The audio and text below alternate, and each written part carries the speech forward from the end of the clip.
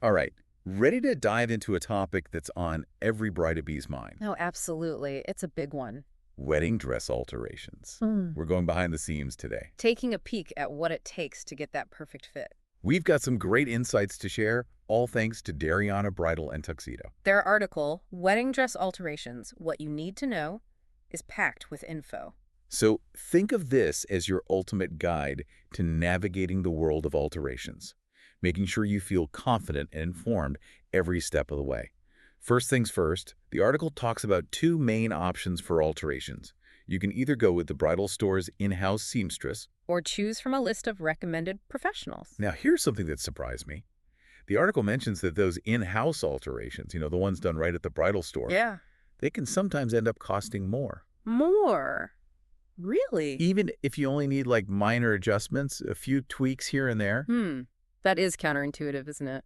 It is. But it kind of makes sense when you think about it. Those in-house seamstresses, they often have set fees for the most common alterations. Like hemming or taking in the sides. Exactly. So even a small adjustment could end up getting bundled into a higher-priced package. Oh, I see. So it's like you're paying a premium for the convenience of having it all done in one place. Yeah, you could say that. It's definitely something to consider when you're working out your wedding budget. For sure.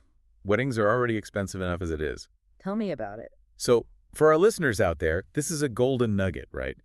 Choosing an independent seamstress could potentially save you some money. Absolutely. And here's another thing to keep in mind. Don't feel pressured into thinking that the in-house seamstress is the only one who really understands your gown. Like they're the only ones who know how to work with those delicate fabrics or the intricate beading. Right. Any experienced professional, someone who specializes in wedding dresses, they can handle it. Okay, good to know. So no need to feel limited to just the in-house option. All right, moving on. Darianna recommends scheduling your first fitting about 4 to 5 weeks before the wedding. Wow, that seems pretty close to the big day. It does, right. I was wondering about that too. Is there a reason for waiting that long? I think it's all about minimizing those last-minute panics. Oh, I see. 4 to 5 weeks out, you're more likely to be at your, well, let's say your final wedding weight and shape. You mean like minimizing those emergency alterations the day before kind of thing? Exactly. Less stress as you get closer to walking down the aisle. Makes sense. So typically you'll have at least 2 fittings, right? At least 2, yeah. The first one is for all the major adjustments. Taking in the bodice, maybe adding some sleeves if you want. And then the second fitting is all about hemming. And don't forget the bustle. Ah, yes, the bustle. It's essential for any bride who wants to dance the night away without tripping over her train. And speaking of the bustle, there are actually several styles to choose from, right? Oh yeah, you've got the French bustle, the American bustle. Each one creates a different look. So you can try them all on during your fitting and see which one you like best. See which one works best with your dress, with your style. Exactly. Okay, on to something that made me feel a lot better. The article mentions that it's actually quite rare for a bride to need absolutely no alterations. Oh, good. Because I was thinking, Yeah, most dresses need at least some tweaking, right? right. I mean, even if you order it in your size, you're probably going to need a little something done. I was starting to think maybe I was the odd one out if my dress needed any adjustments at all. No, you're definitely not alone. In fact, it's totally normal for a gown to need some alterations. Even if you order it in what you think is the perfect size. It's just the way it is. Because, everyone's body is different. And every dress is constructed a bit differently, too. So alterations are really about making the dress fit you perfectly. Not about fixing something that's wrong with it. It's like a personalized tailoring experience. Exactly. And the cool thing is you can go beyond just the basic alterations, too. We're talking hemming, taking in bustles. Oh, there's more? Absolutely. You can personalize your dress even further. Tell me everything. You can add or remove embellishments, tweak the neckline a bit. You could even resize the train if you wanted to. Wow, that's amazing. It's all about making the dress truly yours, turning it into a one-of-a-kind masterpiece. Okay, I'm already picturing all sorts of possibilities. Let's break down some of those less common alterations. Okay, so let's start with the bodice.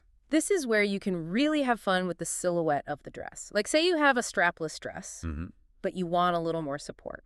A skilled seamstress could add some delicate straps. Oh, nice. Or even illusion sleeves, made from sheer fabric. Yeah. Or if you want something more dramatic, you could even change the shape of the neckline. Like going from a sweetheart neckline to a plunging V-neck. Yeah, something like that. It's pretty incredible what they can do. Wow. So you could basically transform the entire look of the dress. You really could. Now, what about taking in or letting out? I've heard those terms thrown around. Right, so that's where a seamstress adjusts the dress's size, Oh, usually at the seams, to get that perfect fit. makes sense. And this is especially important if you've had some weight fluctuations since you first bought the dress, right? Exactly. Or even if your measurements have changed just slightly, a good seamstress will make sure it fits you like a glove. And now for the fun part, embellishments. This is where you can get really creative. I love the idea of adding something sentimental. Like, what if you took a piece of lace from your grandmother's wedding dress and incorporated it into yours? Oh, that's beautiful. Or maybe there's a brooch that's been passed down in your family. Or you could remove embellishments that you're not crazy about. Like if you think they're too flashy or distracting. That's a good point. It's all about making the dress reflect your personal style. So true. And last but not least, resizing the train. This one really depends on the overall vibe of your wedding. And how much drama you want trailing behind you as you walk down the aisle. Exactly. Think about your venue, too. A grand cathedral might call for a long, sweeping train. Yeah, a shorter train might be more practical for a beach wedding. Or even for a more casual setting. I'm sensing a theme here.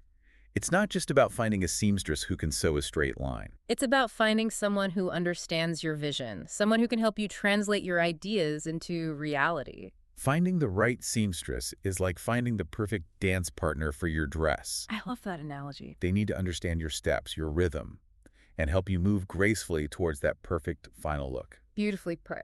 So let's get down to strategy. What are the key things our listeners should look for when they're choosing a seamstress? First things first, start early. Don't wait till the last minute, Definitely not. Good seamstresses can get booked up really quickly. especially during peak wedding season. Exactly. You don't want to be scrambling to find someone at the last minute. Okay, that makes sense. And how do you even go about finding potential candidates? Well, word of mouth is always a good place to start. Ask your friends, family, see if they have any recommendations. Your bridal store might have a list of preferred seamstresses too. And don't forget about online reviews. Sites like Yelp or The Knot can be really helpful. They can give you a good sense of a seamstress's reputation. Okay, so you've found a few potential seamstresses. Now what? Do you just show up and hope for the best? Not quite. It's best to go into that first consultation with a plan. Remember, this is your dress, your big day. You want to feel completely confident in the person you're entrusting it to. So come prepared with questions. Lots of questions. All right, so let's pretend I'm a bride-to-be sitting in that first consultation. What are the must-ask questions I should be throwing at the seamstress? Okay, first, get a sense of their experience. How long have they been doing this? Have they worked with dresses similar to yours? Similar styles, fabrics, that kind of thing. Exactly. You want to make sure they have the expertise to handle your particular dress. And then, of course, you want to talk about the nitty-gritty details, like cost. Get that out of the way early on. Right. Be upfront about your budget. Ask for a detailed breakdown of their pricing. Find out if they charge per alteration or if they offer package deals. Okay, so that covers the practical stuff. But there's also the element of trust. You want to feel comfortable with this person. Absolutely. Are there any questions that can help gauge that? Definitely. You can ask about their approach to alterations. Like, are they collaborative? Open to hearing your ideas? Exactly. You want to make sure you're both on the same page. You can also ask if they offer pressing and steaming services, Right. or if that's something you'd have to take care of separately. And don't hesitate to bring up any concerns or anxieties you might have about the process. Yeah, like if you're worried about a certain part of the dress or if you're nervous about the timeline. A good seamstress will understand. They'll take the time to listen to your concerns and reassure you. Okay, so we've covered experience, pricing, personality. What else should be on the checklist? One crucial thing, look at their portfolio. Ooh, good point.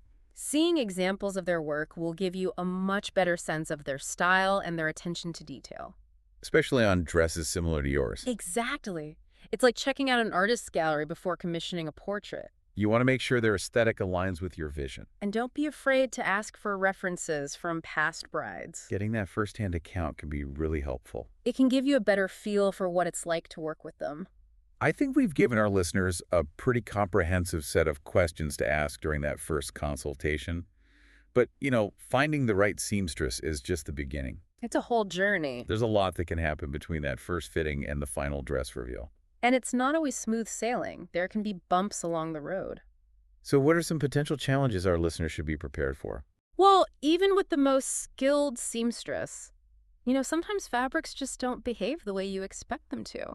Or a design element might be trickier to alter than you originally thought. Right. So it's important to be flexible. And keep those lines of communication open with your seamstress. Be honest about any concerns or adjustments that come up along the way. It's a partnership. You're in this together.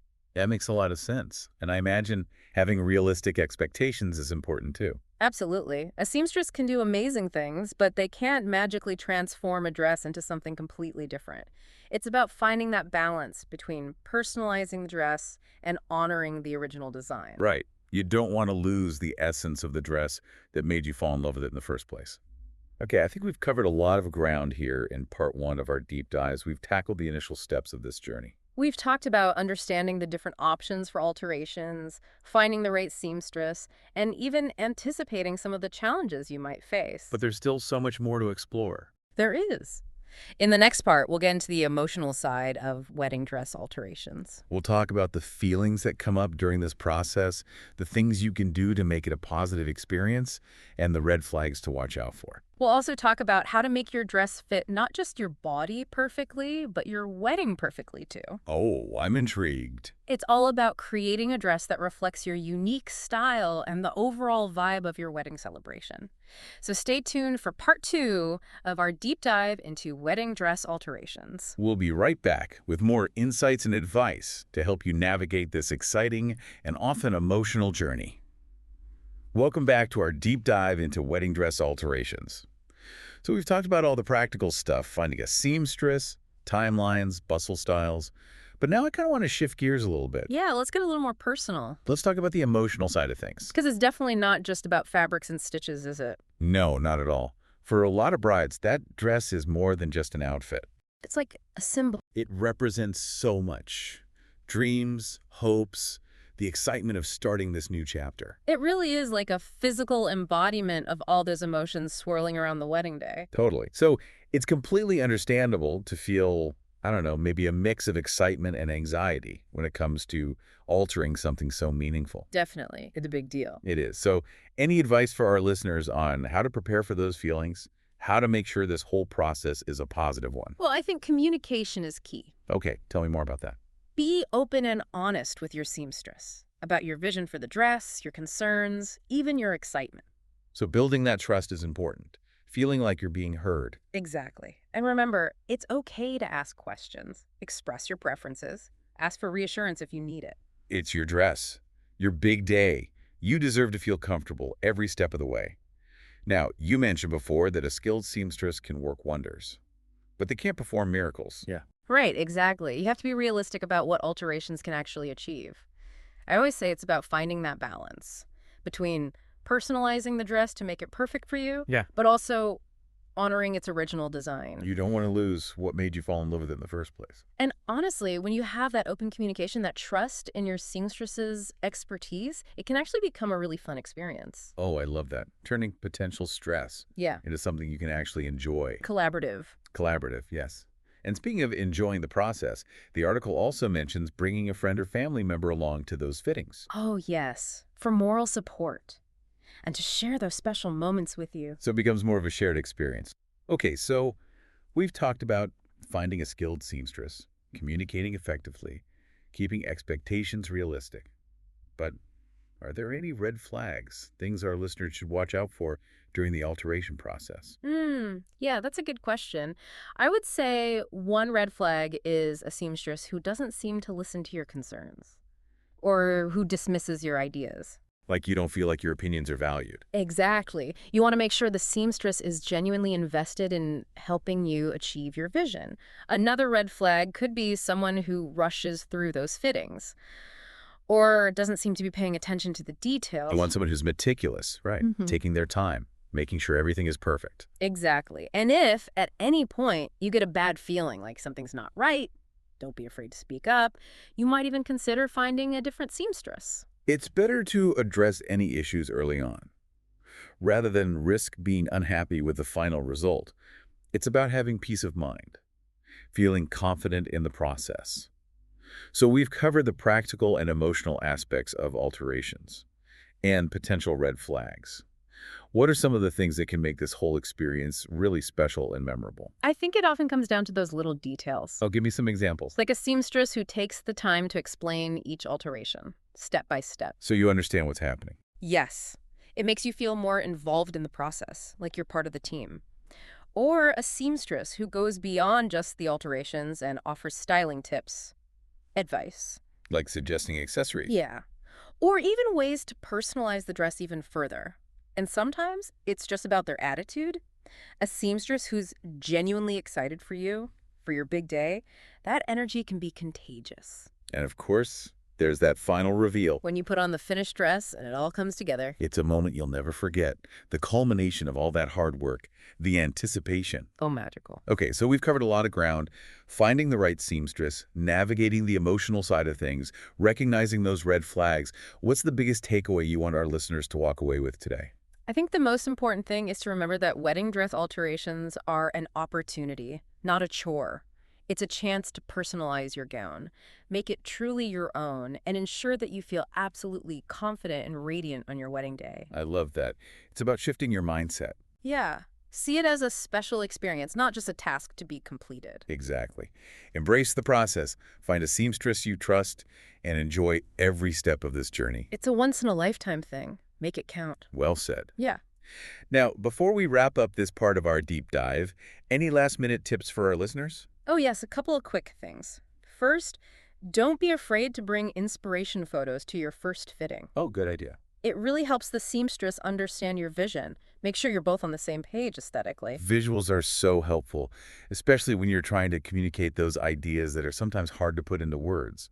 What's your second tip? Try to schedule your fittings when you're feeling your best. Well-rested, relaxed, not too stressed. Makes sense. It'll make the whole experience more enjoyable. And you'll be able to make clearer decisions. Fantastic advice. Yeah. Now, I'm ready for the final part of our deep dive. What's next on the agenda? Okay, so in this last part, we're going to zoom out a little bit. Consider the bigger picture. We're going to talk about how to make your dress fit, not just you perfectly. But fit your wedding perfectly, too. Okay, I'm intrigued. We'll talk about the venue, the style of your wedding, all those elements that play a role in creating that perfect look. So stay tuned for part 3 of our deep dive. We'll be back with some final thoughts and insights that'll make you rethink your wedding dress and its role in your special day. Okay, we're back for the final part of our deep dive. And I'm still thinking about something you mentioned earlier. You know, making the dress fit the wedding perfectly. Ah, yes. It's something that a lot of brides don't always consider. I get making sure it fits me perfectly, Yeah. but how do you make a dress fit the wedding perfectly? Well, we've talked a lot about making sure the dress fits you like a glove. Right. All those alterations to get that perfect silhouette. But it's also important to think about how the dress fits the overall style and vibe of your wedding. So it's not just about the dress in isolation, it's about the whole picture. Exactly. You want the dress to feel like a harmonious part of the entire celebration. And that means taking into account things like the venue. Oh, okay. Yeah. Like if you're getting married in a grand ballroom versus a rustic barn. Exactly. Or think about the time of year. A winter wedding might call for heavier fabrics or even a dress with sleeves, while a summer wedding might be better suited to something lighter and more flowy. So a beach wedding, for example, you might want a shorter train. Right, something that won't drag in the sand. Or maybe you're having a super formal ballroom wedding.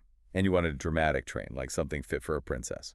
It's all about creating that cohesive look, that sense of harmony between the dress, the bride, and the overall wedding aesthetic. So it's not just about following a set of rules, it's about using the alterations to create a dress that reflects your unique style and the essence of your wedding. Exactly. It's about telling a story, your love story, and the story of your wedding day. Oh, I love that. Weaving it all together, the personal, the practical, and the aesthetic, to create something truly unique and memorable. And that, in my opinion, is what makes wedding dress alterations so special.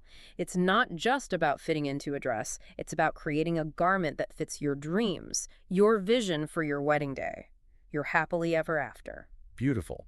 I think we've covered pretty much everything there is to know about wedding dress alterations.